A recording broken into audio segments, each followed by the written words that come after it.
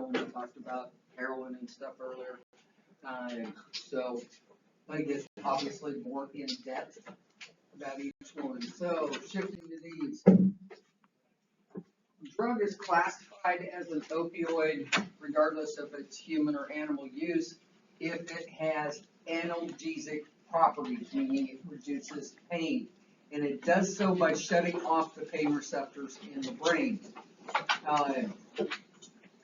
Think of the power here. You go back to the Civil War when they were performing amputations with no pain relief. Using basically, think of if you've ever seen, at least I doubt any of you have used it, but think of a saw somebody uses to cut down a tree. That's exactly what they used. Okay, they would use a knife to cut through the soft tissue and then the bone while other people held the person down. We won't even talk about the hygiene. Usually that was a bucket of water that had been well used next to the table that they dipped it in before they went to the next one. But anyways, so when they came out with such things as chloroform and some of the earliest anesthetics and then pain relief, they had morphine during the time, but morphine was something given after the fact. It wasn't given to dull anything. I mean, just think about it. Opening you up to go fish around your insides with, and trust me, unfortunately, there's a medical condition where the pain meds don't work on them. Yeah, they're awake during surgery. Anyways, so yeah, these are kind of important stuff. Unfortunately, they have a number of negative properties to them. So we separate them out, and you know these 4 broad categories. Those that are natural, meaning we get them from something in nature, a plant, part of a plant, and so on. Then we have derivative compounds. We take the first group and we make other things out of it.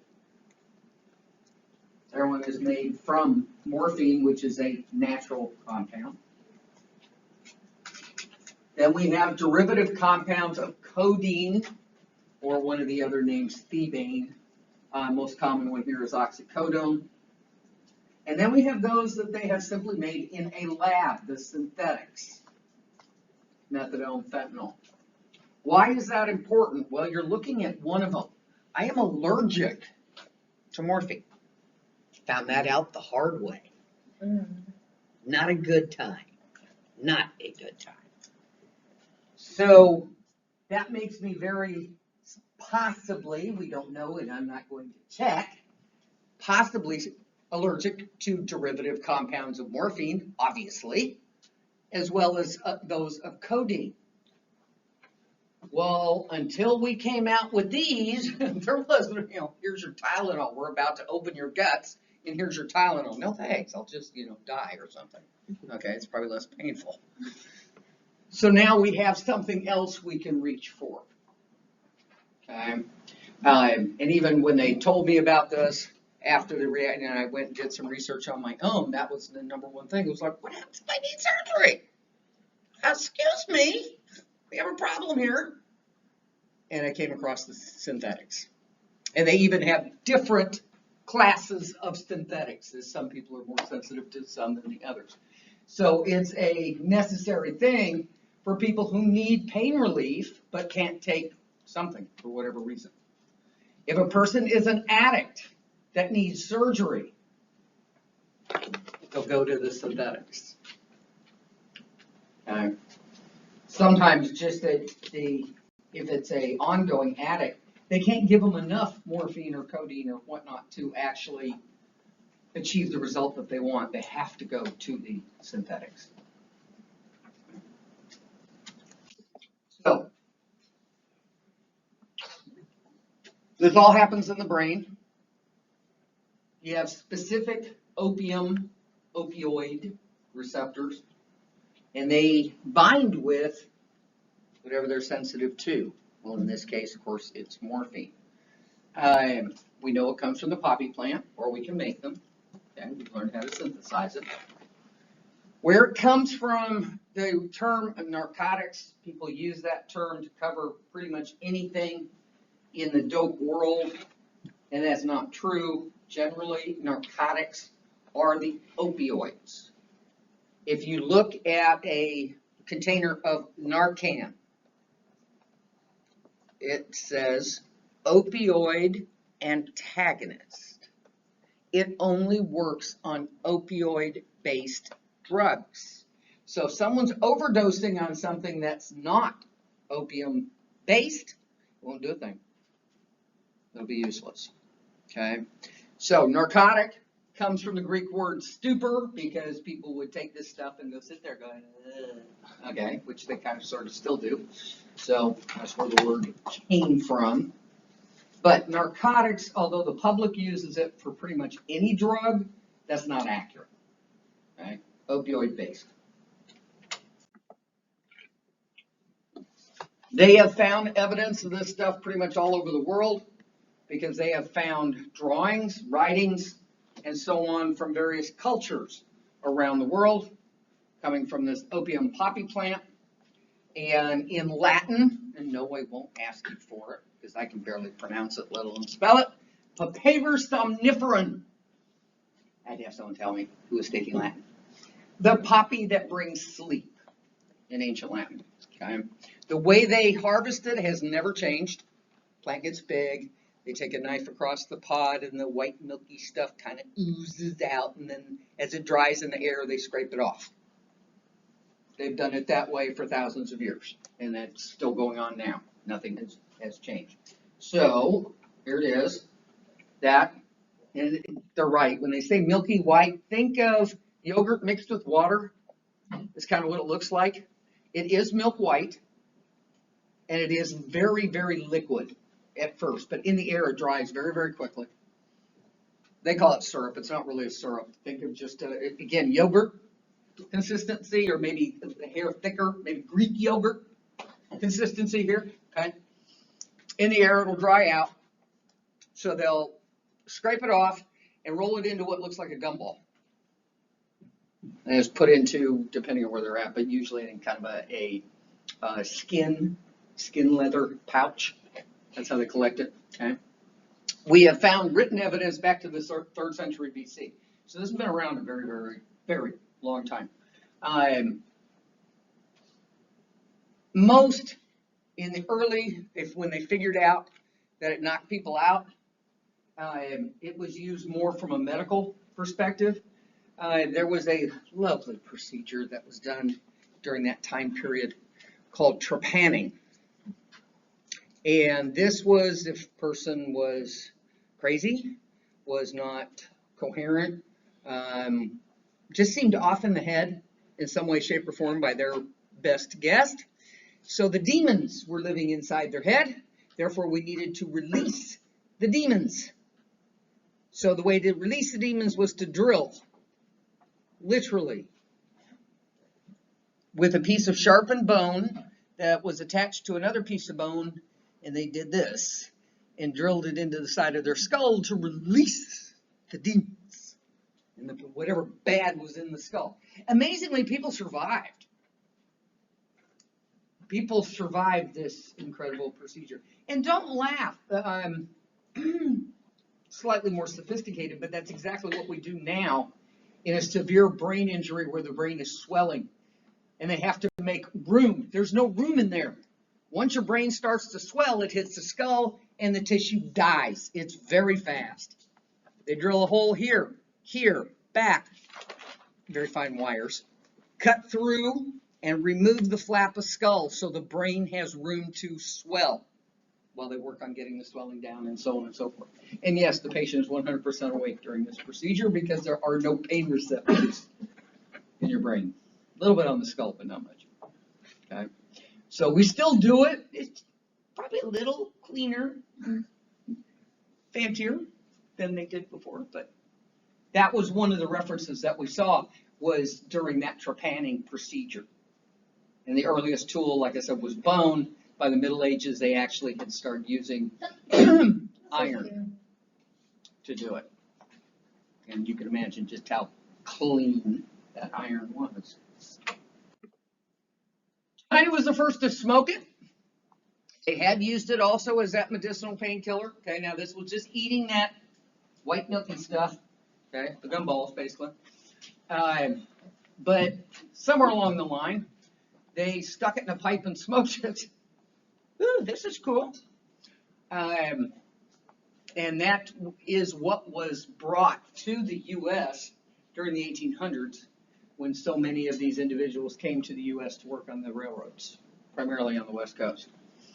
The Brits had figured out how to use it as well. Not so much smoking it, but inhaling it and eating it more than anything else. And China, of course, at that particular time had some of the best tea in the world, still does. And the Brits traded this new wonder drug to China. And now China went down the addiction road. There actually was, if you look up Opium Wars, that's a war between the Brits and the Chinese over opium. And China actually, when they first gave up Hong Kong to Britain, they legalized opium. And remember, there is a relatively pure form of opium that is still used as a medical product in Britain and in Britain-controlled territories called laudanum. It had been invented sometime before, but it's a liquid that they can take, get a prescription and take. It's outlawed here, but they still use it.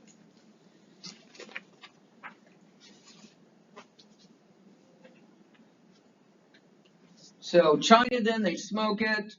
This is where we get the term opium den. Okay. It was first considered kind of a high-class thing. Then when the dens started becoming more and more popular, the attitude shifted and it was started to see more as a lower-class thing.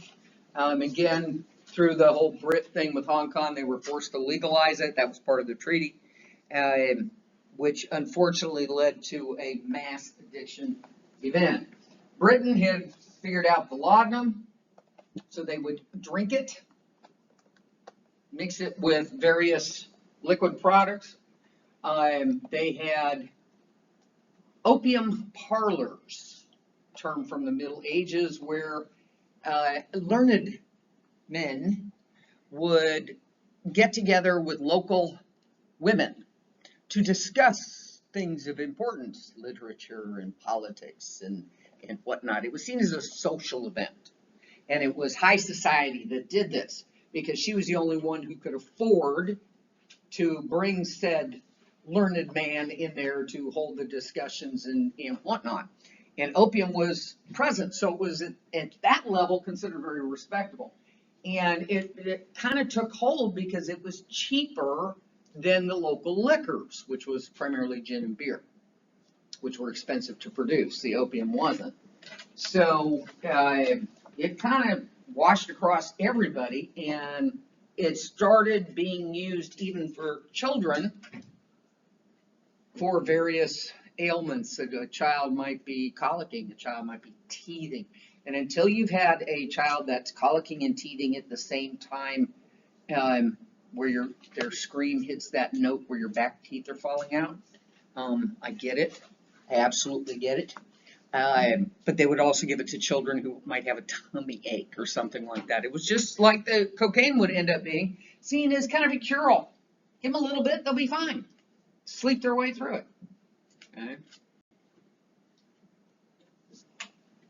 Now here in the U.S., opium was being used in just about every possible way. Okay. There was growth of the opium poppies. We didn't have the ideal climate for it. However, with diligent work, they could cultivate the plant. They learned how to process it. So raw opium was flowing, and you see how long it took before they actually outlawed the growing of the plants. But it Just as it had been elsewhere, it was kind of seen as a wonder drug. It's something that was useful in the medical field, and adding it to whatever other medical procedure or medical concoction you had was just seen as adding more good things. It just was helpful. Use it. So in the 1800s, then we've got alcohol flowing quite freely. We've got opium, nicotine, of course, and this is pretty raw nicotine for the few people left that smoke. If you smoked a cigar or pipe or cigarette from this era, it'd knock your socks off. What's processed now, the nicotine levels are intensely lower. Back then you were smoking almost raw nicotine leaf. I think for most people it'd probably kill them if they tried to smoke it now. And of course cocaine was everywhere, you know. Coca, great stuff, added to everything. It's a wonder that people just didn't drop dead from all this stuff. The wives were mainly into the opium at home, because, you know, wives weren't supposed to be out. And, you know, the men would go to saloons and do their thing with the alcohol and anything else that they might want to use. And nobody has a problem with this. It would take a while yet. And one of my favorite old school markets that's almost non-existent now. Sears. Back then, the Sears catalog was the thing a family waited for all year long. Get that catalog, everybody gets to go through it and gets to circle what they want for Christmas and every other dang thing. And that catalog would continue in that mindset for quite some time. And they sold laudanum. Okay, they had just perfectly legal, it's good. They called it the White Star Secret Liquor Cure. Okay, to help you sleep. And like I said, Chinese had come, right around the 1830s, had come over to the West Coast to help with building the railroads. And the San Francisco elites were very turned off by the members of the Chinese community. In their words, they smelled funny, they looked funny, they were short, they were, it's very serious prejudice. Built slums for them to live in. And of course, the Chinese had not left their culture behind. They had brought it with them. So we get opium dens and various other forms of recreation. And that, of course, with their wine in one hand and their cigarette in the other, was denounced by the San Francisco population as, you know, that low-level vice because they smoked opium. Of course, they didn't see the irony with their wine and the tobacco, but anyway, after they put cocaine in their wine. Anyways.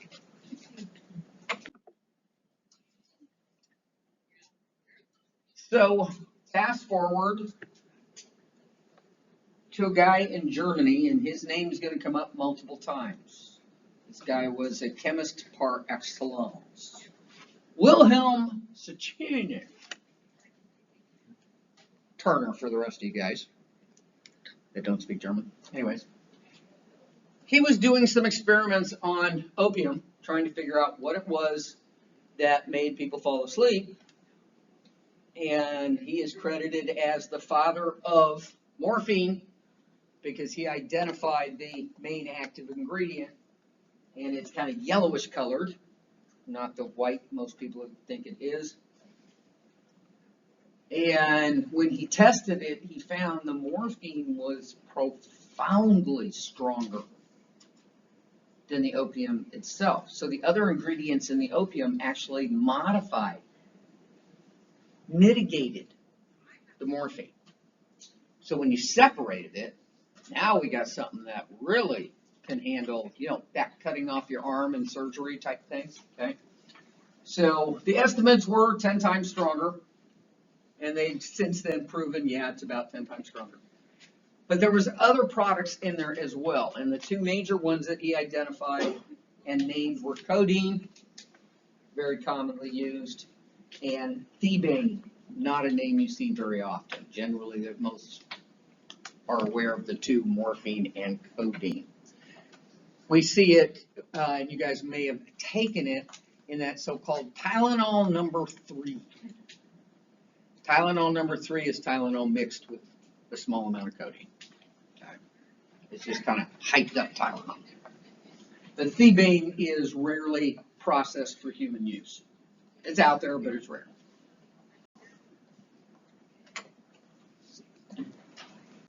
Now there was smoking, eating. While they didn't call it a suppository, there was some evidence of that use, more for recreational purposes. Well, we didn't have a syringe yet. That would wait till the middle of the century. And whatever you may think of modern syringes, be very grateful for them, because this was a piece of metal that was hollowed out in the center by a drill grind and attached to a glass tube. That was your, so to get a piece of metal that they could drill through had to be pretty large. Most medical schools will have an example. Some pharmacies might have an example of those early syringes. It's enough to give terror to anybody because things are freaking huge. Anyways, but now we can get the drug in very, very quickly. The effects happen very, very quickly. This is, for the most part, a good thing.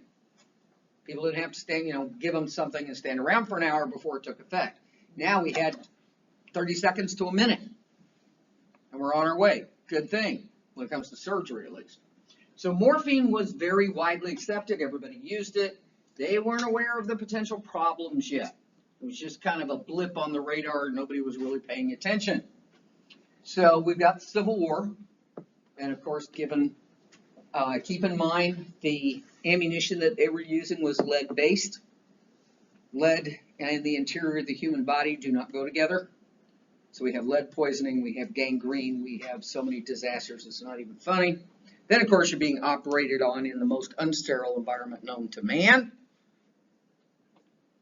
along with all the other diseases that happened in these camps. So pain, of course, was a huge priority, and they handed out morphine like candy. Not that I'm blaming them, given what they were dealing with. Unfortunately, they didn't know about addiction effects yet. They really didn't. And as they started watching what was happening and seeing soldiers becoming violent in their attempts to get more of the drug, they were obviously becoming dependent and addicts. They didn't have that yet. They just called it soldier's disease. And it would follow them home. And local doctors weren't at all sure what was going on either. It was just something that was out there. What was truly going on, they didn't know yet.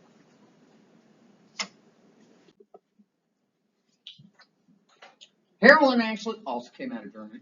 They were doing way too many experiments on this stuff. Bayer Company still exists. Bayer Aspirin, that's the main company. Okay, still exists. They were the ones who took morphine and developed heroin as an alternative painkiller. We've got this problem with the soldier's disease and morphine, so let's try this one. Stronger than morphine. Now, mind you, morphine is how much stronger than opium? And now we've got one that's even stronger than that. Okay, yeah, well, that's heroin. They thought it was non-addictive. So again, it was just like when they came out with methadone. They thought it was the perfect answer, was going to help get these people pain-free without getting them addicted to something. Very, very commonly added to cough syrups. Now it's mainly codeine that gets added. But it would take 12 years before they would figure out that heroin was just as, if not more, addicting than morphine. So it didn't help. Didn't help in the slightest bit. But it's still being sold everywhere. It's still being mixed in patent medicines.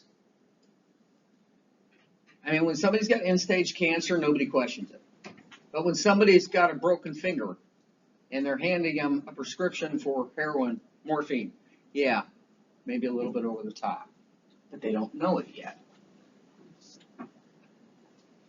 So by 1900, these are the estimates. 1 out of every 100 people in the US of A at the time was dependent on some form of opium. And as people became addicted, started having more and more issues, well, addicts do what addicts do. They're going to get the drug. They're going to get the money to get the drug. So we've got a black market coming up. Well, they're not exactly known for their bargain basement prices, so they have to come up with the money. And if you're an addict, how good are you at holding a job? So you're going to resort to the bad way of getting money. And it's bad enough that people start paying attention. That this whole idea of morphine, opium, heroin, all of it was being associated with the criminal people, the criminal element, the criminal side of the world. So maybe we need to do something about it.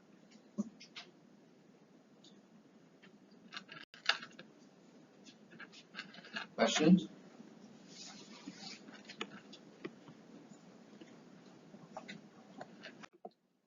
Wouldn't take long, but of course, to come up with the Harrison Act. All this did was doctors had to register with the IRS. It was a newly formed agency with incredible search and seizure powers. Keep that in the back of your head. Anytime you, as a physician, were going to prescribe any opiate product, then you had to register. And you had to pay for that. There was a fee you had to pay. And you couldn't prescribe it for anything of non-medical need. So just because it was an addict who wanted it, no.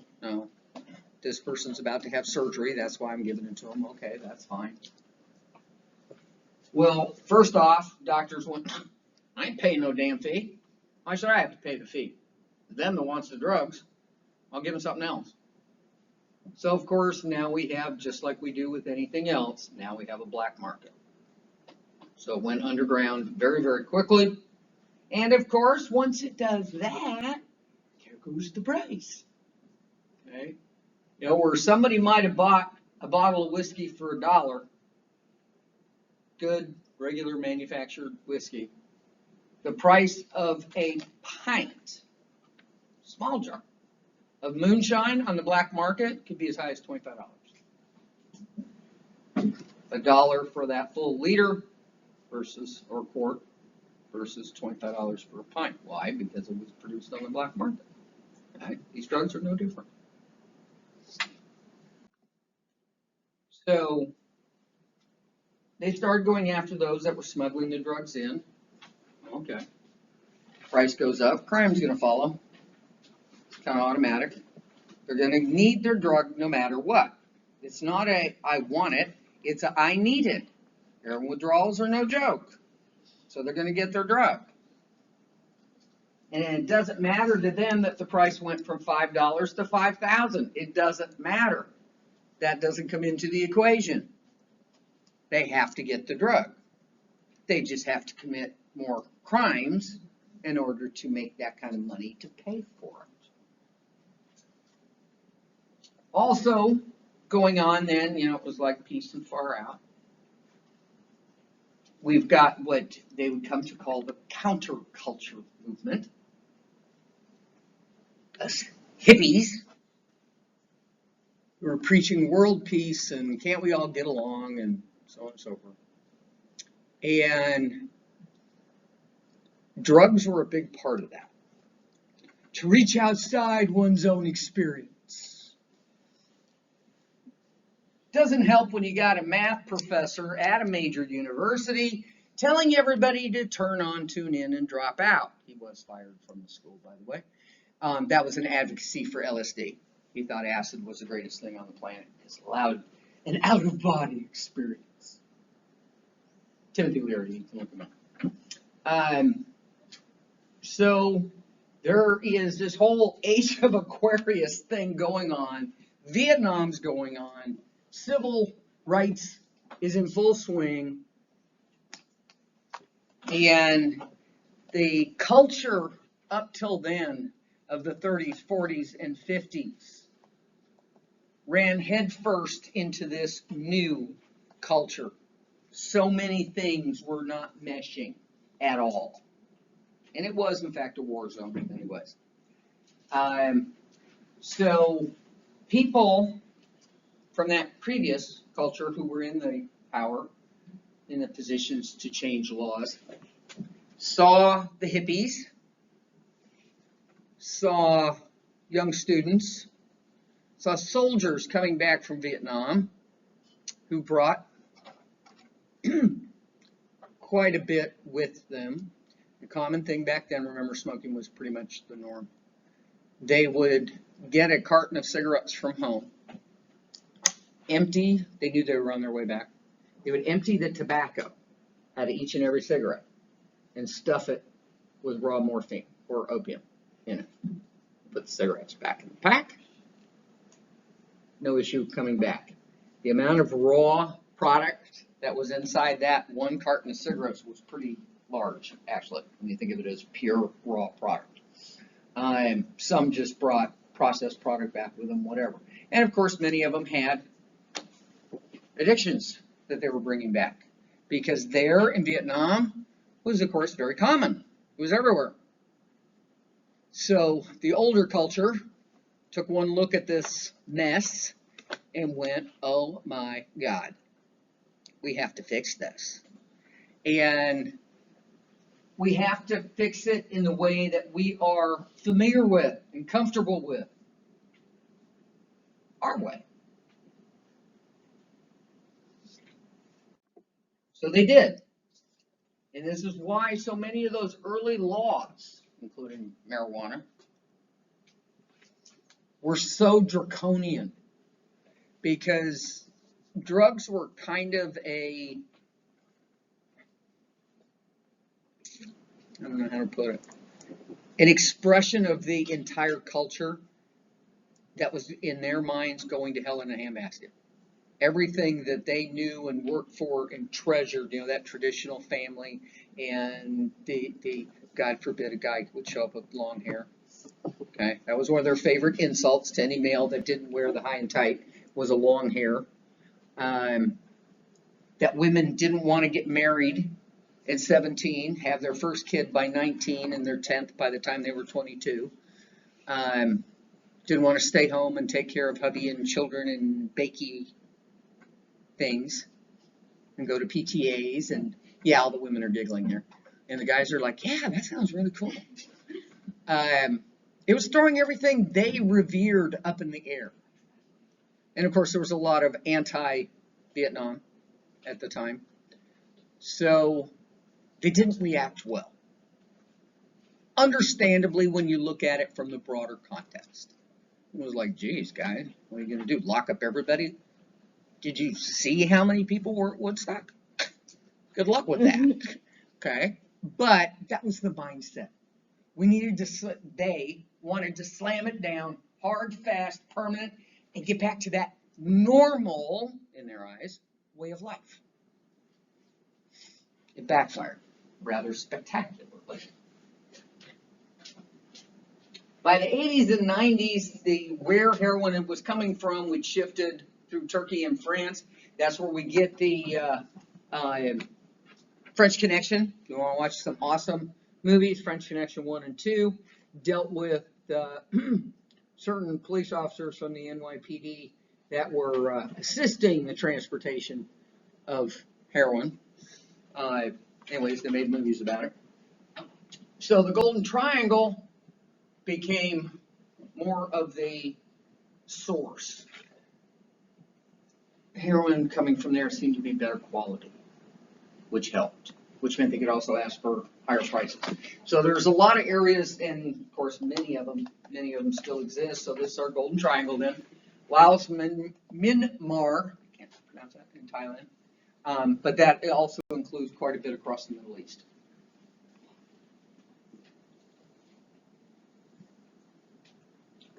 We also have, what's the other area? Golden Crescent. Very good. So we shift what was the Union of Soviet Socialist Republics, USSR, now of course all broken apart, and we got all the stands. It's just the easiest way to remember, just all the stands. One thing they did, and it caused a huge problem at first, was the purity level went through the roof.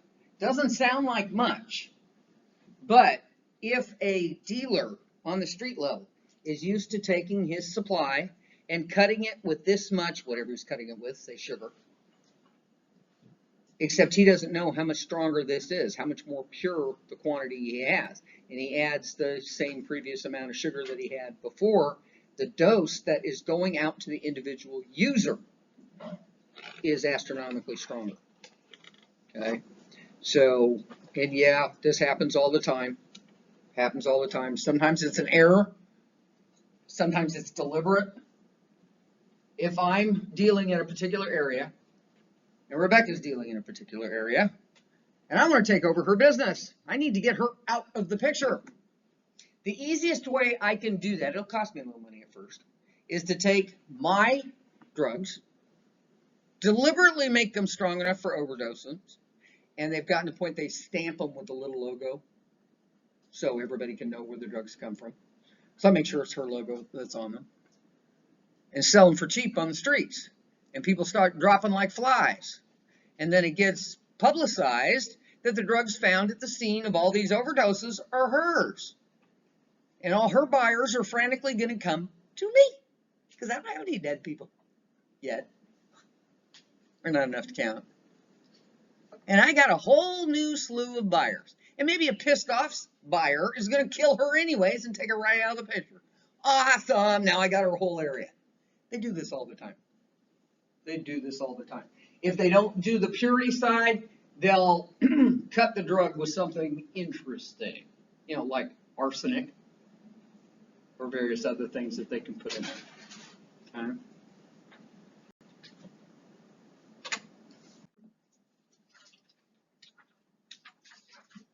Now, the processing of the raw opium down to morphine, down to heroin, takes a while and it's expensive. There's a lot of steps to the process. Remember, that was known as the China white. Had a slightly off-white to pure white, almost crystalline appearance to it. Well, somebody figured out that you don't have to go through all those processes. Who cares if it's white? And Mexico comes out with what they would end up calling Tootsie Rolls. Yeah, Tootsie Rolls. So it's simply less processed. That's all it is. It's not bleached to get the pretty color. And they do it in little rolls, hence the name Tootsie Rolls. It can range from kind of a mid-level brown to almost black. It just depends. Okay. Resembled tar, that's where it got the name. Okay. Then along the line, while they're doing the synthetics, they come up with fentanyl. Now somebody, I kind of yelled at your publisher on this one. This is, China White was not fentanyl. Okay, so don't put those two together. China White was the name given to the standard white heroin. Fentanyl never had the name China White. I don't know how they got that, but anyways. But they synthesized fentanyl, depending on its purity level, up to 10,000 times more powerful. That's insanely high. And when you get that strong, and remember there's stronger ones, carfentanil and so on. When you get that strong, when it comes to human dosages, it's hard to get the dose minute enough that you're not overdosing people. I mean, carfentanil was made for elephants.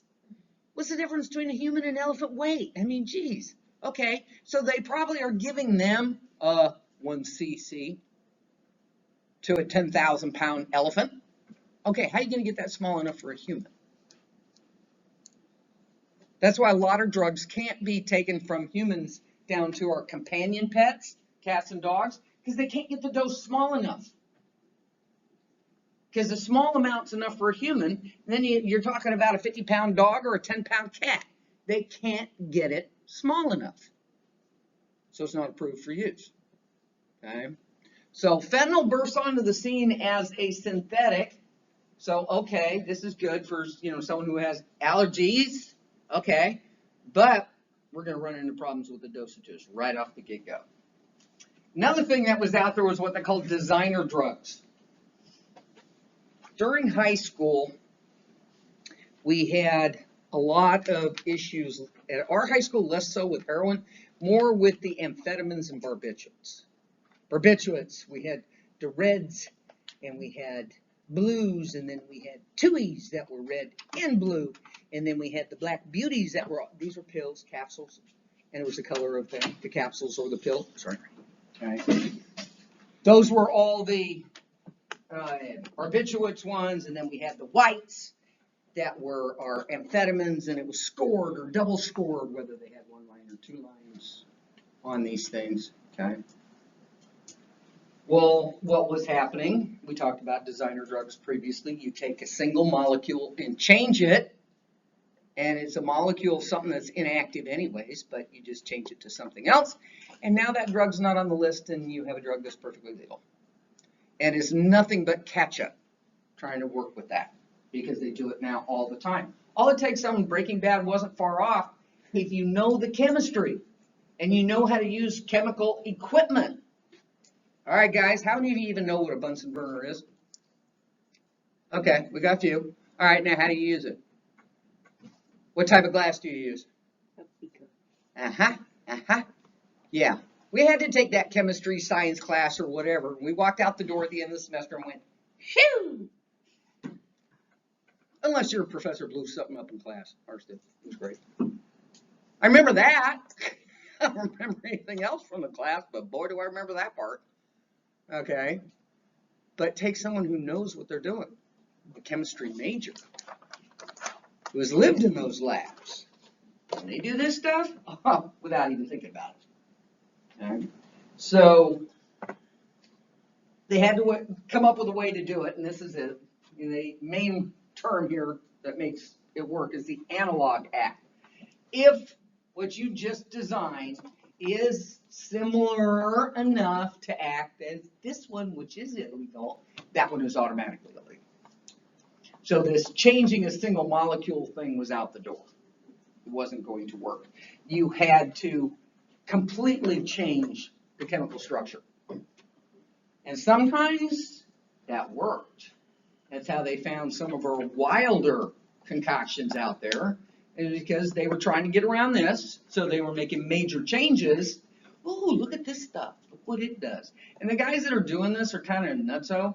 They tend to try their own product. So, hey, this made me feel good. Let's use this. And off they went. Okay. So, at this particular time, a lot of black tar heroin making their way in, Mexico, of course, and Colombia. Look at the purity levels here. Their processing abilities got better and better. All right. The big advantage, prices go down, so more and more people are using. On average, heroin takes 3 times, depending on how they take it, but approximately 3 times on average for the addiction to start. Tolerance starts after the first dose, but addiction starts around the 3rd. Okay, so it doesn't take long. But that purity is where people could now get high from snorting it up their nose or smoking it like the old opium dens. The smoke was enough to actually get a high. And in some ways, this is worse. Why? Because it's going directly, lungs/brain, mucous membranes straight to the brain. So the high is very quick, very intense, but also goes away pretty quick, which means dose number 2. That first try thinking, and of course from a dealer perspective, oh, go ahead and try it. It doesn't hurt anybody. Cops don't know what they're talking about. Here, take a snort. Take a puff. I can get past that 3 puffs to addiction in, 10, 15 minutes? And I've got them. And I'm going to be laughing all the way to the bank. Okay? That's why they offer these things for free at first. The whole point is to get the hook in.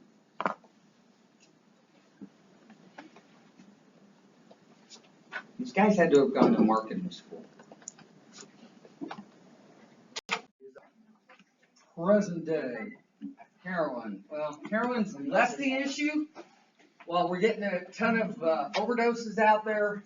A lot of them are coming because of the addition of fentanyl, which is obviously enormously stronger. And if a heroin user is not prepared, and it's kind of hard to be prepared for the addition of fentanyl, obviously it's going to kill you. The other thing is they've started using, because we have so many available to us now, doctors, offices, hospitals, and so on have been kind of taken over by corporations. And these are very often owned by what we call hedge funds. These are just people that see it as a money-making proposition. So doctors are told how many patients they need to see in a day. So the old school where you might have gone to a doctor's office and been there for 15 or 20 minutes to kind of discuss things, now is, you hurt? Okay, here's the prescription, boom, on to the next one. So it became easier to simply medicate our way out of the problem rather than solving the problem. And since these opioids were so available and so addictive, we've got a whole group that's growing constantly of people that get addicted to these things off of, you think, when I think back to childhood and doing damage and breaking bones and whatnot, we were handed at most like a Tylenol 3. That was it. Go home, live with it, put some ice on it. You'll be fine in a few weeks. It wasn't, here's some opioids to deal with it. Oh, you have a headache. Here's some opioids to deal with it. No, that didn't happen before, but now it does. So it's kind of a multifaceted problem with the rise in the prescriptions. Just in this, not even 20-year period, it escalated by 4 times. Just easier and easier and easier. And you got what we call doctor shopping, where a person goes to one doctor, gets their prescription, and somewhere down the line the doc notices that this person's getting one prescription after the next, so refuses to give them more, so off they go to another physician, to another one, to another one, to another one, just so they can get the prescriptions. Now the CDC did issue some guidelines. The feds do keep track, but geez, how many doctor's offices are there? They can't keep track of every prescription. They simply can't. Neither can the pharmacies, neither can anybody else. It's just too huge. So the problem kind of continues.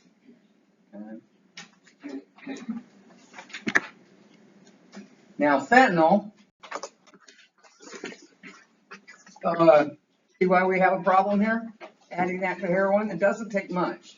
Okay, it can be sold directly as heroin, and again, it's not like a user can look at the package they just received of this powder and go, ooh, that's fentanyl, ooh, that's heroin. Yeah, okay. It has been around for a while. It is used in surgery, but it made its way to the illicit market pretty quick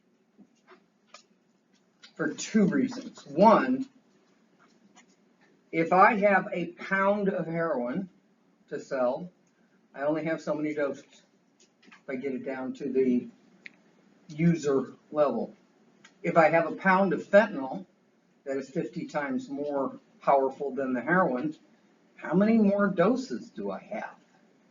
And if they're selling at the same price, well, it's just a marketing thing. I'm gonna go with the fentanyl here, okay? So we noticed first, people are dropping dead in the street. Fentanyl. Oh, well, geez, somebody must have screwed up and put fentanyl in the heroin. Emergency room visits, fentanyl in the system.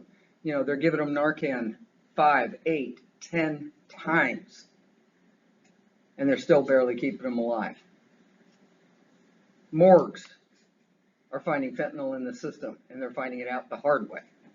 Because a person dies in a crash, they've got fentanyl in their system. Well, what does people in the morgue do? They cut open bodies and handle body parts and fluids, which may be inundated with fentanyl. Problem. Officers are making arrests, they go to do a search and they pull out fentanyl or get sprayed on it. Okay? So, with all of this happening, people started kind of sitting up and taking notice that maybe fentanyl was more the issue than heroin was. I mean, we're not denigrating how much of an issue heroin is, but fentanyl just raises the risk to everyone in the system that's possibly connected to drug use 100-fold. It's a reason why way back in the day when we searched people, we just searched with our bare hands. Then AIDS comes along, and all of a sudden it's just, regular gloves. That was enough. Then, now regular gloves isn't enough. We had to go to what you see a lot in hospitals now. They're bright blue. It's called nitrile. It's a special thick formula that a needle can't penetrate it on casual touch. You have to actually push the needle through. If I'm searching a drug user, is there a possibility I'm going to come in contact with needles? Sure. Okay, so that's something I have to be aware of.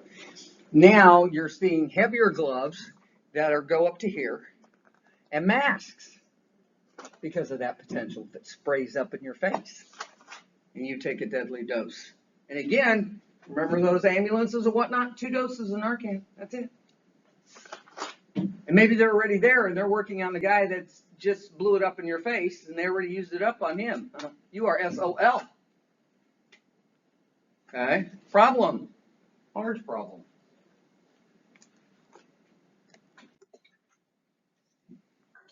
And these numbers have stayed static. That's why they didn't change it. So 2017 to now, 3 out of 4 overdoses have fentanyl in their system. And that's how prevalent it is. And there's some related drugs. When they say analogs, it just means it's similar, and that is spelled incorrectly on there for fentanyl. Like I said, that's an elephant tranquilizer. It's used specifically for elephants, hippos, and rhinos. They don't even use it on animals like giraffes and bears because it's too strong for them. Okay? It's 100 times more potent than fentanyl alone. Okay? They actually found that mixed in. You're dead. Somebody mixes carfentanil in one of your drugs, you are dead. We don't have, a hospital does not have enough Narcan to reverse it. You're just dead.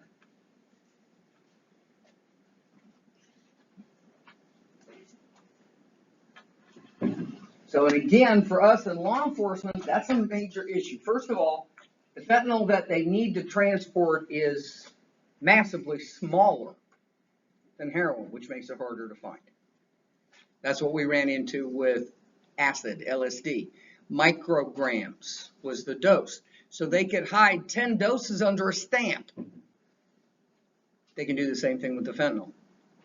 Teeny tiny little microgram doses are enough. And I can't emphasize to you in law enforcement, in corrections, if you deal with these people, that's something that has to be right here in your face all the time because of the extreme risk. Absolute extreme risk. And keep in mind, it's happened more than once. I'll use an AIDS patient I dealt with to give you an idea of how nasty this can get. Full-blown AIDS and dying, actually. He had an IV on and another IV for something else. I don't remember what. And he got pissed off in the hospital. Nurse didn't get him whatever it was that he wanted to have. The next thing we know, needles are coming out of the arm and he's spraying the blood across the room. Now, granted, touching me isn't going to give me AIDS. But what happens if he hits you in the mouth, in the eyes? None of us were wearing masks. He's lucky that 12 different cops that were in that room didn't shoot him. There were people scrambling for guns. Okay?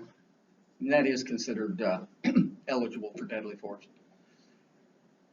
So you go to pat somebody down and he gets pissed off and he's got a pocket full of fentanyl. What happens if he goes, phew? Yeah. Keep that in your mind at all times. Because it will kill you.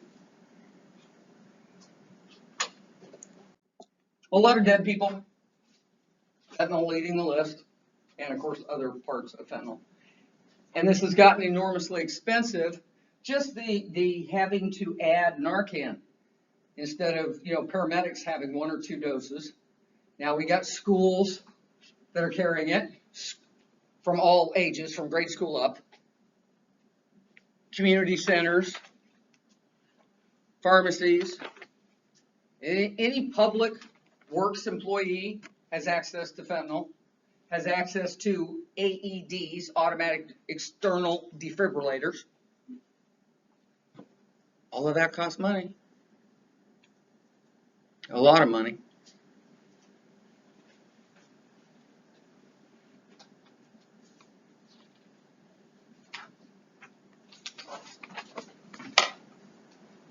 So what actually happens when you take this stuff? Well, some different things have to be addressed. How much and how good the heroin/fentanyl is. A person can make a mistake and take too much. The dose can be weaker than they expect because the purity is down, or they can overdose because the purity is high. Okay, so obviously the amount and how good it is going to impact. How they take it, are they snorting it, injecting it? Different ways. How long has it been since the last dose? Have they truly come down? Has their body processed most of it? Or they just took one, decided they want to take another one? That's most likely an overdose because they took it too fast. And how long has a person been using it? How high of a tolerance do they have? First time user that takes too much very likely will overdose and if no help, die. Or that same dose in someone who's been using for months may not even be enough to get rid of the withdrawal effects. Depends on the user.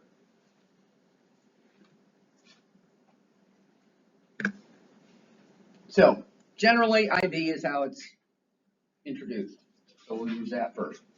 It tingles. Some say it has a slight burn to it. They absolutely feel suddenly warm. Why? There's an intense blood flow to the abdomen. So it feels hot. Not unlikely that they start stripping clothes. Again, we're not necessarily a long-term user, short-term user. This is where that euphoria, that rush, that, ooh, this is good, that will fade. The longer they use, the euphoria effect goes away. Remember, they start using just to keep from going into withdrawals. But at first, we get the euphoria. That drowsy thing, remember I told you the term, on the nod, because they have a habit of sitting somewhere and just doing this like a bobblehead. Okay? Another thing that we've seen is they will rub and scratch, most usually on their face. Apparently that enhances that euphoria. So back to our nod thing, and they're doing this the whole time. Very obvious. Very, very obvious. They may get nauseated or vomit, depending on how much they took. Again, first-time user, it's kind of like that first-time smoker, same thing. The body rejects it. Or if they took a little bit too much, they can start throwing it up. Doesn't mean the effect goes away, because most of it is already in the system, but the stomach just empties. Okay?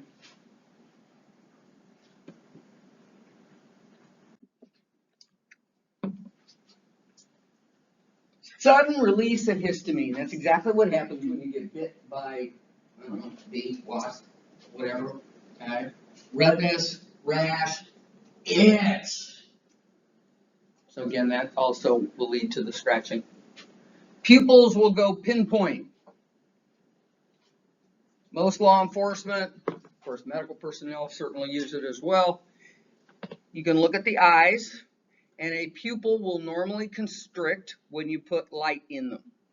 You take the light away, and the pupil will open up, get larger to take in more light so they can see. Theirs will go down to that really small, like you've got this massive light in their face, and that's where it stays. So if you cover an eye, it's dark, it should enlarge, it won't. Okay. There's some other signs that we use called strabismus and nystagmus. The pupil bounces depending on what you ask them to look at. Breathing will slow. Again, an overdose. This is actually the #1 reason for death, is because they stop breathing. That's what happens with the fentanyl overdose. So they've got to get them on full respiratory support to keep them breathing, keep them oxygenated, deal with any potential organ failure that's going on, and just simply allow the body to process out the drug, which it may or may not be able to do. If they're a drinker, liver shot. So the liver's not going to be able to process it out either. And that's where they go through what we call systemic organ failure. Okay. Blood pressure drops. That's also not good. Now the heart's not working as hard as it should be. Blood flow's not flowing the way it should be. Blood carries oxygen. No oxygen, your breathing's slowing down. You see where we get into organ failure. Another potential problem in this, for anybody who ever has to take any kind of opioid, even legit, for a medical procedure, it tends to stop that movement in your gut called peristalsis. It's what moves everything past your gut, and you're able to eliminate it. #1 complaint with people who receive opioid medications in a hospital is constipation. And it can get intensely severe, where it has to be manually removed. Because the gut doesn't push anymore. It just stops. That's a bad thing. And we don't have a drug that can start it back up. It has to start back up on its own. We can loosen up what's in there. We can help loosen that, but we can't restart the gut.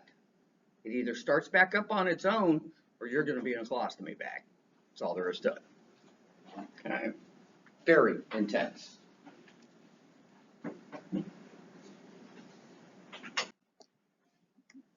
Obviously, the receptor is in the brain, so once the morphine latches on, starts the reaction.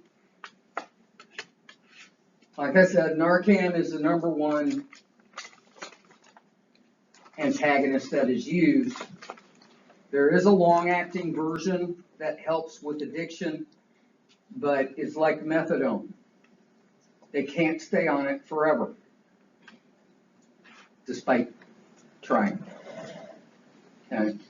And it has enough side effects of its own that you just can't do it. So, in paramedic training, they do this deliberately because they want to show just how strong the reaction is. A new paramedic will be sent to a particular location where they have a lot of overdoses. And you'll get to a patient that is, for all intents and purposes, dead. They are seriously ODing.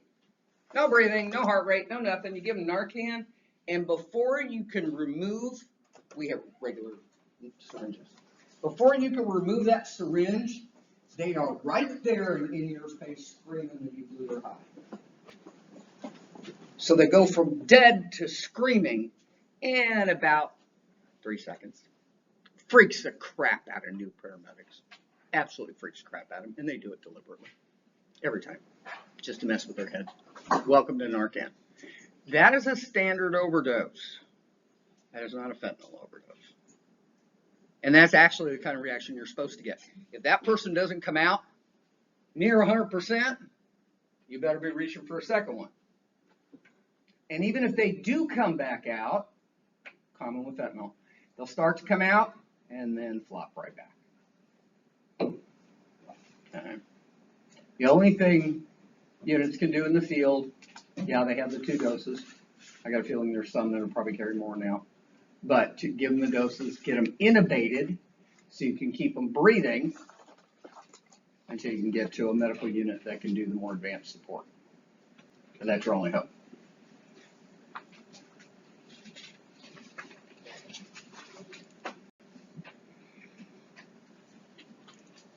Remember the term vein lining, skin popping. Make sure you're comfortable with those terms. Vein lining by IV. Skin popping is using a needle, but just under the skin subcutaneously. Okay, so in the Middle Eastern countries, they tend to smoke it. The whole opium dens.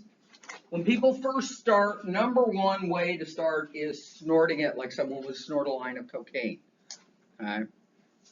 The reaction is still pretty quick because it is through the mucous membranes, but it's not as intense and it doesn't last as long because it's a small amount. Bad part is, just like cocaine, if they stay that way, which most don't, but let's say they do, just like a cocaine user, they're going to rot their nose away. Okay, because remember, 99% of your nose is just cartilage. Okay, so once it becomes damaged, you got problems. Skin popping, they may move to that first, doing that injection under the skin. Or they may go straight to, if they have a trusted partner, they may move straight to the main lining. Experienced users may go back to snorting it if they're by themselves or don't trust somebody around them and they don't have any easily accessible veins that they can use themselves anymore. And they start with the arms, that's the most common because they're right there, they're easy. Okay. Men go to the groin because they can reach it quite easily. Women will go to the mammary veins because, again, they generally can reach it relatively easily. But if there's a problem with either of those secondary locations, they might try between the toes, but it's kind of hard to do it yourself. It's easier for someone else to do it. Carotid, you can't do yourself. I mean, think about it. You're standing in front of the mirror and you're trying to do something and you're backwards because it's a mirror and these guys aren't exactly, thinking 100% here. So you really need someone else to do it. So they may go back to that snorting simply because it's the only thing they have left. And they're going to get their dose one way or another. There's this is a fabulous scene in one of the NCIS episodes. A guy's carrying dope through an airport. Inside him, large quantity of pure dope. It busts, one of the packages busts open, he drops dead of an overdose, he's now in the morgue. And they're trying to get the drugs back.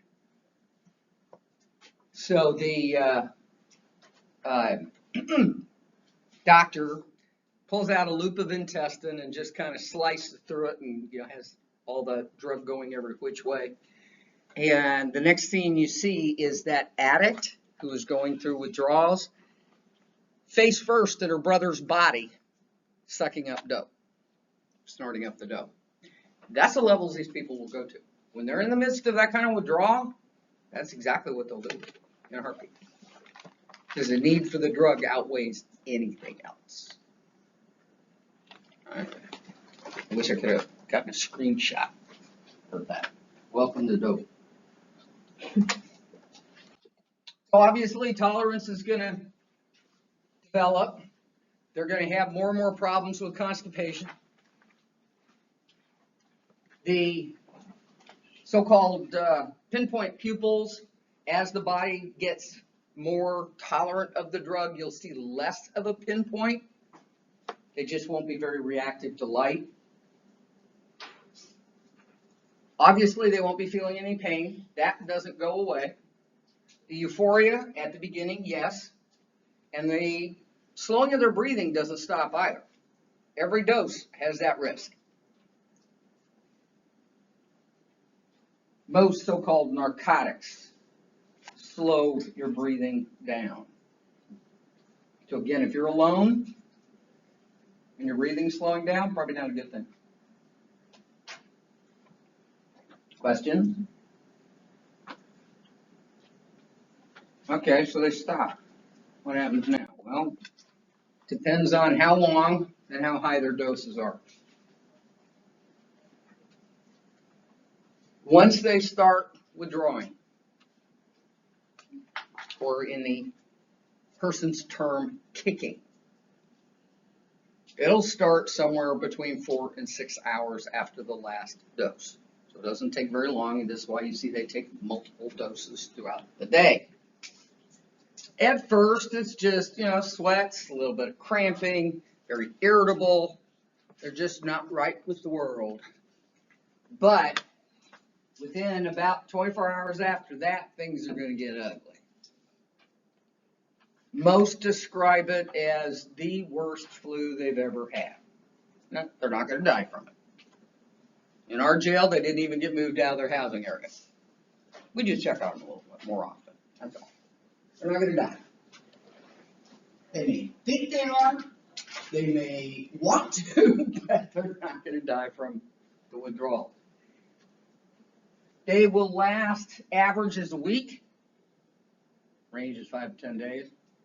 The thing we have to be concerned about, particularly if it's an older individual, is the blood pressure and heart rate go way up. And that can cause a heart attack, that can cause a stroke, other issues. But in a younger person, generally it's not a problem, generally. But it is, overall, this whole thing is just an absolutely miserable, disgusting, oh my God experience. Okay. Now, if they're in a jail environment, probably the only good thing about that is the fact that a lot of the other inmates have been there, done that, and if anything, tend to be a little bit supportive of it. But if they're out on their own, then no, there is no support, which makes it very, very hard for them to handle it all by themselves. Now, the bad part, or one of the bad parts, those feel-good receptors in the brain, endorphins, never fully recover. They've been damaged by the morphine, so they will never get that rush you and I may get from doing something that we really love to do. She loves to ski, he loves the game, he loves to do whatever. You get that thrill. Ask anybody who's into some of the thrill-seeking rock climbers or that type of stuff. They will not ever get that thrill again because their brain's no longer capable of it. They've ruined it with the morphine. Once they have been through withdrawals, even if they haven't kicked the drug entirely, they just went through withdrawals because they couldn't find the drug and then they finally found it, will obviously stick in their memory. So they're going to avoid withdrawals with every bone in their body.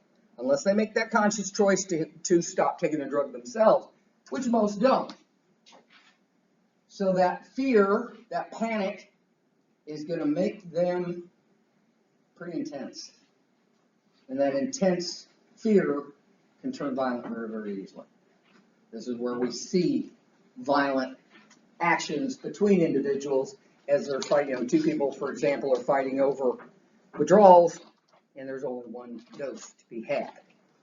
Somebody manages to get a dose, and the other one is willing to kill to get it away from them. They'd rather do that than go through withdrawals again. So this is where we see a lot of the violence. Person who's fully under the influence of heroin ain't violent to nobody. They're sitting in that corner. They're not violent. Person going through withdrawals very much can be. Okay, different idea here. So they crave, okay, just like anybody who's addicted to anything. I don't care if you're addicted to Monster, gaming, gambling, smoking, or alcohol. You crave whatever it is you're addicted to. They're no different. And they learn, well, if I take my heroin here, just like an alcoholic takes their drink here, some alcoholics will only drink at a bar. Others only drink at home. It's a rather famous case of a priest. Saturday nights. You get blackout drunk. Only on Saturday nights. I mean, blackout drunk. And people are, he's not an alcoholic. Yes, he is. Very much so. Just because he does it on one day and functions the rest of the time doesn't change it. But that was his time. That was his trigger to get drunk. I don't think he ever did figure out exactly what the trigger was, but anyway. All right.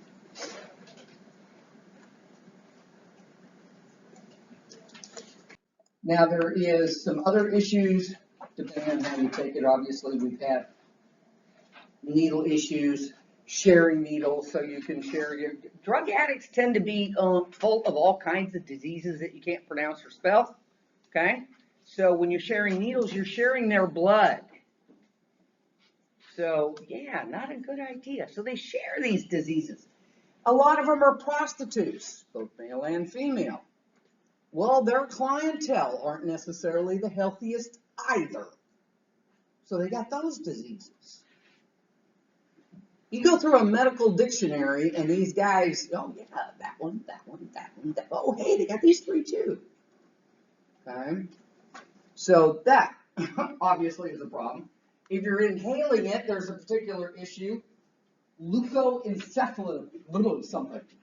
So you can't even spell these things. Anyways. Anything that has the encephalo in it is your brain. Brain isn't functioning correctly. The neurons are firing incorrectly. If I'm a nice drug dealer, I cut your dope with sugar, baby powder, anything that's white, but it's not lethal. If I want to have some fun with y'all, I cut it with arsenic, strychnine, other stuff, not so nice. If I really want to piss you off, I do fentanyl. Okay? So a lot of times these people are dropping dead from other things here. They got a lethal dose of arsenic. Their drug was cut with flour, and it clogged the vein. And then that clot traveled and killed them that way. And so on. And you never know just how much is too much. You don't know what the purity is of what you're getting. It's not like the FDA is managing the dosage levels. I have to trust what they give me. That if I'm spending $20 for a dose, I'm getting my usual dose of heroin. Well, the guy sneezed when he was cutting it, and my dose ended up with a much higher amount of heroin. Well, so I'm dead. Who cares? There's 20 other addicts on the back burner to buy. You really think they're going to worry about whether you drop dead or not? Now, we've mentioned it multiple times. There is a drug that is used to help heroin addicts. We give it to inmates in the jail all the time. That's methadone. Now, they have to detox first, which means the current drug in their system has to be flushed out. So we're talking about 36 to 48 hours, depending on the drug. It needs to be out of the system. That's when withdrawals are going to start peaking, and that's when they'll start them on methadone, which helps mellow that right out. There's no high, none whatsoever, but it eases the withdrawals. Makes it tolerable. Okay. Problem is twofold. One, they didn't think it was addictive at first. Found out the hard way, yes it is. Second, does it do anything for any other drug? No, it's just like Narcan. It works for heroin. It doesn't work for cocaine. It doesn't work for somebody who's into barbiturates. So can they still be a doper while on methadone? Of course they can. And at some point they need to get off the methadone.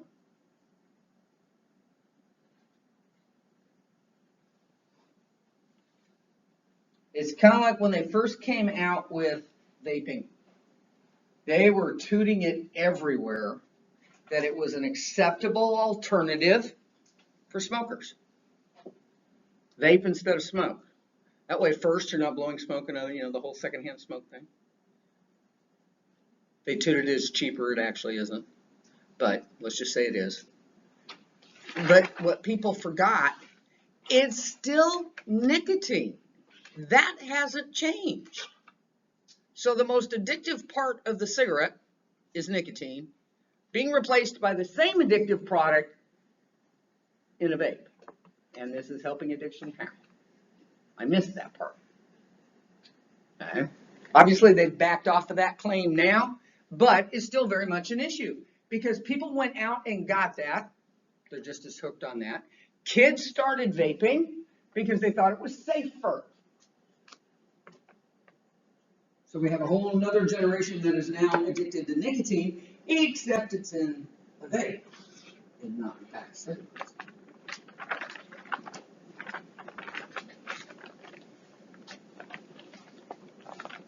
It does help with the secondhand smoke part. Some other drugs that are out there.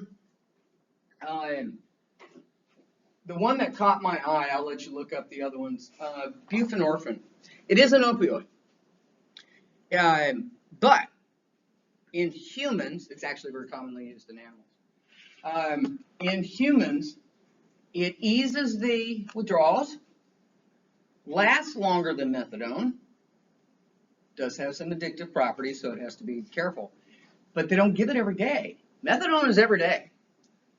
And we'd have a line out the infirmary every morning of all our good people on methadone. Okay, this one they don't. And the Subutex is just a human form, specifically of the buprenorphine.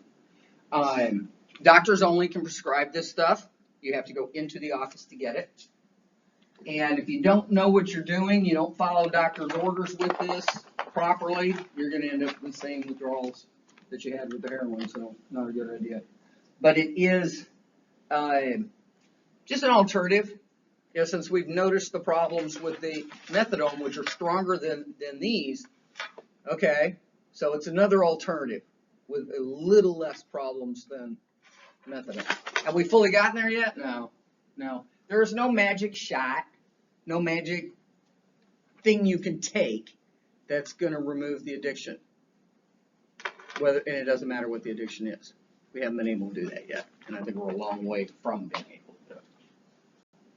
Now, obviously, drugs aren't the only way. We talked about this kind of a lot already. Term you need to know is that therapeutic community. Okay, it's a residential setting now. Think group home, but it is a drug-free group home, meaning people are tested regularly, continuously. So they have all of our treatment programs available in one setting. So they're tested because they're not going to take anybody to work. And you are out of the program if you use. So they know that coming in. They've got group treatment. They've got Narcan. It's available to them, the long thing. And various therapy and peer group support for them. Everybody's going through the same thing, so everybody's kind of helps, just like AA. This is modeled after AA and its partner NA. You tend to listen most to your peers that have been there, done that, rather than some shrink up there going, don't do that. We found that out a long time ago when we would send people, or various groups would send people to high schools in particular about drunk driving. And the entire auditorium would be filled with snoring teenagers. Now they're probably sitting on their phones, but ain't nobody was paying attention. But when one of their fellow students that went to that school got up there and told them how they killed their own friend in a DUI accident, all of a sudden everybody's sitting up and having attention because this was a person they know. Maybe they even knew the person that was killed. That connects. See, connects. Okay. So in these type programs, it's the same thing. It's about people that are in the same boat. We're more likely to listen to them than we are to anybody else. And just like alcoholics, an alcoholic is never not an alcoholic. They're sober today. They were sober yesterday, but they're still an alcoholic. So for addicts, it's no different. They are recovering. They will never be fully recovered. They will always be a heroin addict. But I'm sober today. Because that addiction will never go away. Never. And that's a hard part for them to accept. Anybody, it doesn't matter what they're addicted to. They kind of struggle with that it's always going to be there. Now, obviously, we have plenty of medical uses for these drugs. Plenty, okay? Heroin? No, nobody uses heroin. However, other opioids, yes. First one, and always, is that relief of pain. The other, if someone is severely struggling with diarrhea, that's a medical emergency. Because you're losing water and electrolytes faster than your body can produce them or take them in. People go, so it's water, so drink some more water. That's less of the issue. The electrolytes is the issue. One of the drugs we give to kill people in an execution is an electrolyte. Without proper balance of the three major electrolytes, potassium, calcium, sodium, your heart won't work, your diaphragm won't work, because muscles fire through electrical signals. So if I disrupt those signals, by taking one of those balances out of effect, zing, you're gone. Okay? You heard of water intoxication? There's people that walk around with get a pick on you. Okay? But they'll drink 6 of these in a couple hours. Can kill them. Because you are disrupting that electrolyte balance. So someone who is, in babies, it's a extreme medical emergency. Extreme diarrhea has to be stopped, hard and fast. An opioid is one of the easiest ways to slow the gut down. Obviously, they have them on IV drugs, ringers, and so on to reset the electrolytes. But you need to get them to retain the water so they can flush out what they don't need, keep what they do need. Major issue. And for coughing, again, a person, do you know the reason why we say God bless you when somebody sneezes? It's the same reflex that happens when you cough. There's a nerve that runs here called the vagus nerve. When you sneeze or heavy coughing, you're stimulating that vagus nerve. That's one of the few large nerves that runs directly to the heart. So if you sneeze, stimulate the nerve, your heart actually pauses a beat. Normally, obviously, pause and keeps going. But it can also stop. Same thing if a person is straining on the toilet, that's severe constipation, also stimulates that nerve. That's why we find people dead in the bathroom on the toilet, because they stimulated that nerve to the point the heart stopped. And there wasn't somebody there to restart it. Usually it's relatively easy to restart, but somebody has to be there. Okay? So if someone's coughing to that level, again, we need to get it cycled down before they do damage. And you can also cause damage to your lungs with that extreme coughing. Okay? So a lot of the prescription cough syrups have a very light dose of some sort of codeine, something along those lines, to ease up on the coughing. But even if we're giving it for prescription legal reason, first off, we always have to be concerned about their breathing. Just because you're taking it legally doesn't mean it's not going to depress the respiratory system. So we have to be aware of it. If a person has issues, okay, my mom, I told you, she was, because of the osteoporosis, all the fractures, she was on a fentanyl patch. And at times also received oxycodone for it. Okay, there's one small problem that we had to deal with. No, she had a version of this COPD. I mean, on oxygen COPD. So we got to alleviate pain on one side, but then she's already struggling to breathe on the other side. So they're competing against each other. It's really a problem. A person with asthma, bronchitis, or any one of other respiratory issues. Well, we're just gonna make it worse. And of course, the nausea and vomiting is always as a part. So we don't have good stomach and intestinal action. So the people are gonna get constipated. If they have any kind of breathing problems, we're gonna make it worse. So opioids are not the be all end all.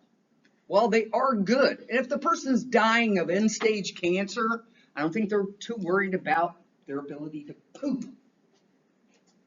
But for the average person, one of the most common times I've seen these drugs used on a young, very healthy patient, but they use it right off the get-go, broken femur. Largest bone in the body, attached to some of the largest muscles in the body, and the pain involved is incredibly intense. So they will give morphine. But you should see the number of tags that are put on that person, that this person has received this morphine, and everybody's told 16 times. So they can watch for breathing issues. They can make sure there's not, because a person with a broken femur is going to be going into surgery, and there's a lot involved in there, yada, yada, yada. Okay. The other time is with a heart attack. Anytime you ask a heart attack patient what the pain, describe it 1 to 10. 12. So morphine's a common pain relief there as well. But anyone that's, for younger patients or anyone with any kind of compromised system, when you're giving opioids, you have to be concerned with a whole host of side effects that have to be dealt with.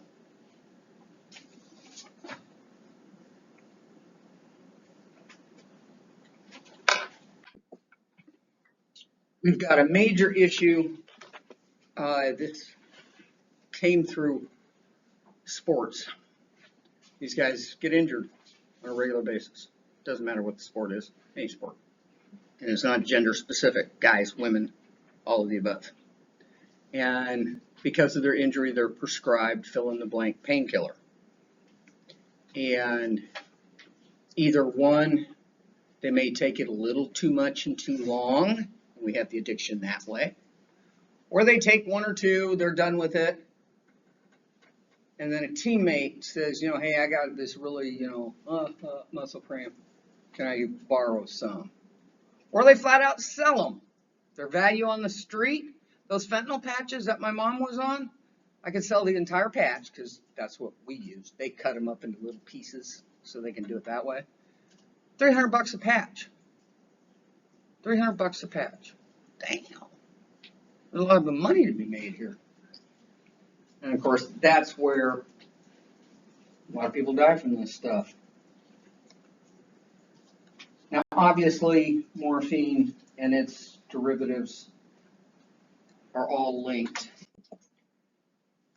I don't think anybody here didn't hear about the whole to-do with OxyContin and the Purdue Pharmaceuticals. They were paying their drug reps to give out large quantities of free samples, sending doctors on trips to the Bahamas and Europe. They met their prescription goals. You would give out this many prescriptions for OxyContin and so on. And it's not a weak drug by any means. Okay? Vicodin and Percocet are less known, but still very much still out there. Vicodin goes for a little higher price than Percocet.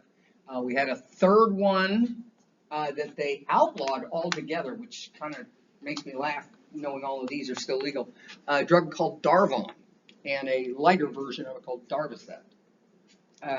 They outlawed those, but didn't outlaw any of the others, so I have no clue what's going on. These are Schedule 2 and 3, if I remember correctly. 2, and these 2 or 3. These are pretty low level stuff.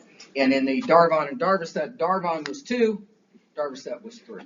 So it just depends on how much and whatnot.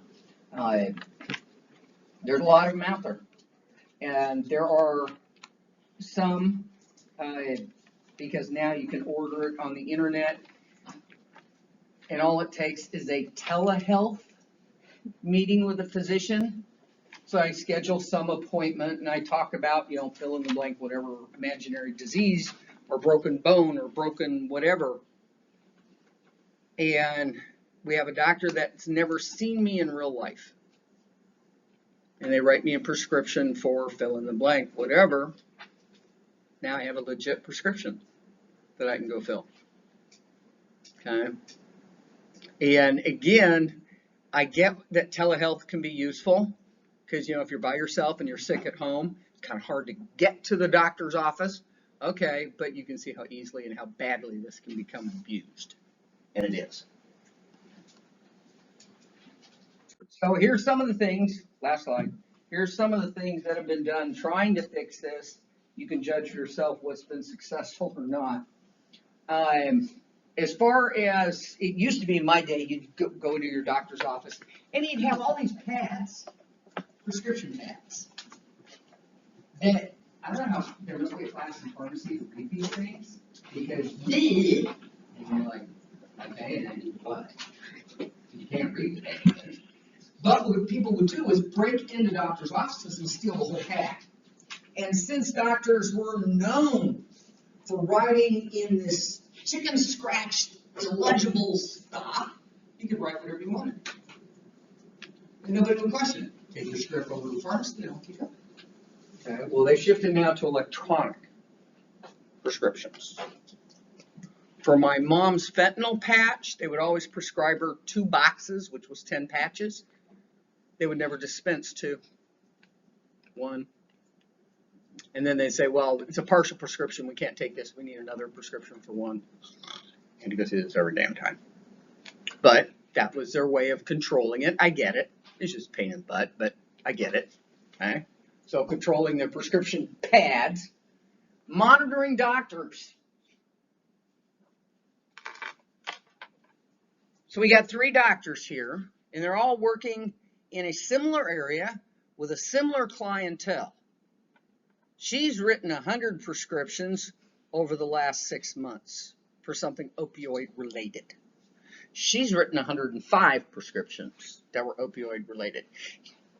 Wrote 350.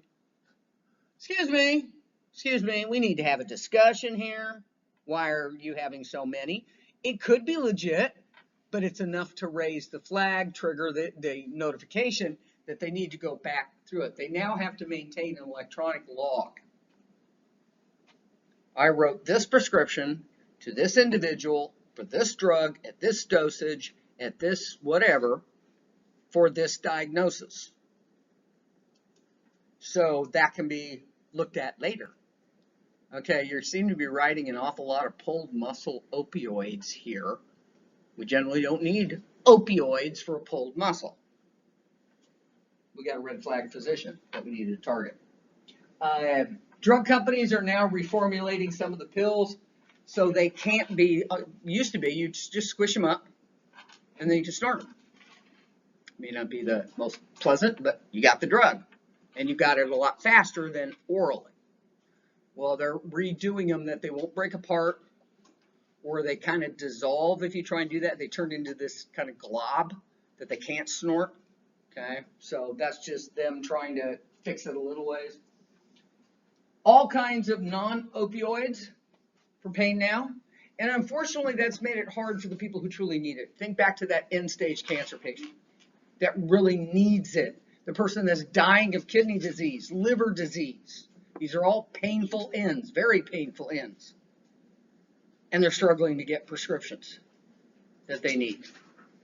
Okay, so I'm trying to train doctors. Yeah, that doesn't go over so well, but they are trying. But here's the one that got their attention. They started prosecuting what they call pill doctors.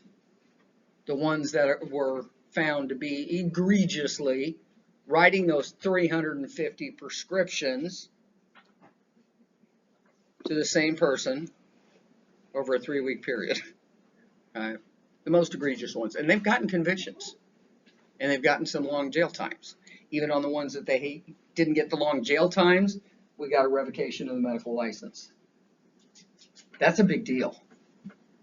That is an absolute big deal because that's a national thing. The registry for doctors is national. So once that license is terminated, there are only hopes to go out of the country. if they can get recertified. So if that's what it takes, then that's what it takes. And that's what we have to do. Anyway, so that is chapter 9.